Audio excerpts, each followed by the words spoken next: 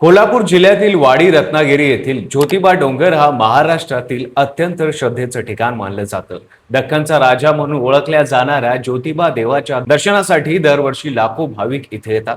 विशेषतः चैत्र महिन्यातील यात्रा ही अतिशय मोठ्या प्रमाणावर साजरी केली जाते. या काळात डोंगरावर गुलालाची उधळ, ढोल ताशांचा गजर आणि भक्तीचा उत्सव पाहायला मिळतो. पण 23 मार्च 2026 रोजी या डोंगरावर एक वेगळं चित्र पाहायला मिळालं. नेहमी गर्दीने गजबजलेला हा परिसर त्या दिवशी पूर्णपणे शांत होता. कारण त्या दिवशी डोंगर परिसरात कडकडीत बंद पाळण्यात आला होता. स्थानिक ग्रामस्थानासोबत व्यापारी संघटनांनी या बदला पाठिंबा दिला होता. या शांततेमागचं कारण होतं एक दिवस आधी, म्हणजे रविवारी घडलेली धक्कादायक घटना.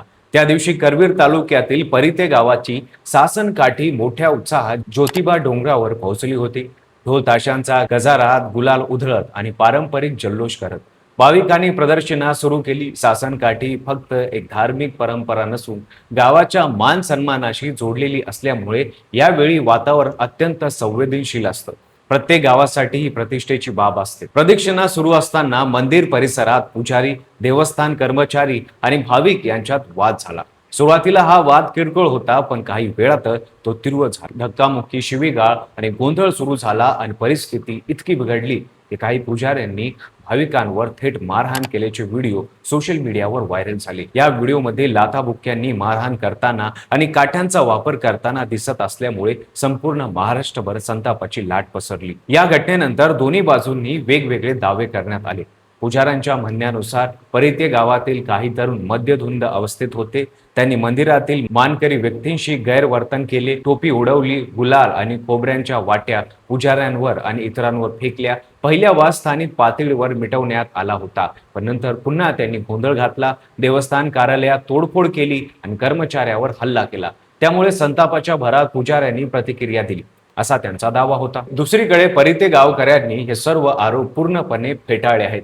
त्यांच्या मते यात्रेदरम्यान गावात दारू आणि मांसाहारवर पूर्णपणे बंदी असते, त्यामुळे भाविक मंदधुंद असण्याचा प्रश्नच येत नाही. त्यांनी आरोप केला की काही पुजाऱ्यांनी विनाकारण शिवागाळ केली आणि वाद निर्माण केला. सुरुवातीचा हा वाद मिटवण्यात आला होता, पण नंतर काही पुजाऱ्यांनी एकत्र येऊन जाणीवपूर्वक भाविकांवर हल्ला केला.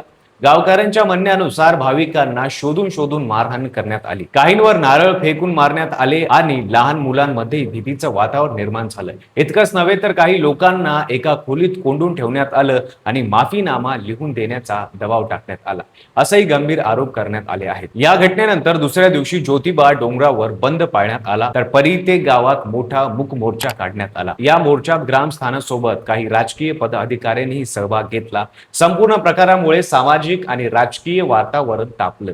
दरम्यान पोलिसांनी या प्रकरणात हस्तक्षेप करत 34 जणांवर गुन्हे दाखल केले. यामध्ये परिते गावाचे सरपंच आणि इतर गावकरी आणि तसेच पुजाऱ्यांचा समावेश आहे. मारहाण, सार्वजनिक शांतता भंग करणे आणि भीतीचे वातावरण निर्माण करणे यासारख्या आरोपांखाली हे गुन्हे दाखल करण्यात आले आहेत आणि पुढचा तपास सुरूच आहे. या संपूर्ण घटनेत अनेक प्रश्न अनुत्तरित राहतात.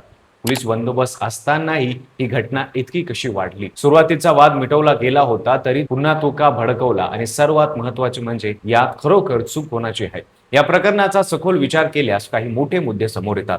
प्रचंड गर्दीमुळे निर्माण होणारा तणाव, पारंपरिक मान सन्मानाचा प्रथा आणि आधुनिक व्यवस्थापन यांच्यातील संघर्ष, तसेच दोन्ही बाजूंनी संयमाचा अभाव हे या घटनेमागचे मुख्य घटक दिसून येतात. सासनच्या काठीसारख्या परंपराचे भावना आणि प्रतिष्ठा दोन्ही गुंतलेले असल्यामुळे अशा ठिकाणी छोटासा वादही मोठ्या संघर्षाला रूपांतरित होऊ शकतो. शेवटी ही घटना केवळ एक भांडण नाही, तर एक इशारा आहे. धार्मिक स्थळावर येणाऱ्या भाविकांचा सन्मान राखणं जितकं आवश्यक आहे, तितकंच नियम आणि शिस्त पाळणंही गरजेचं आहे.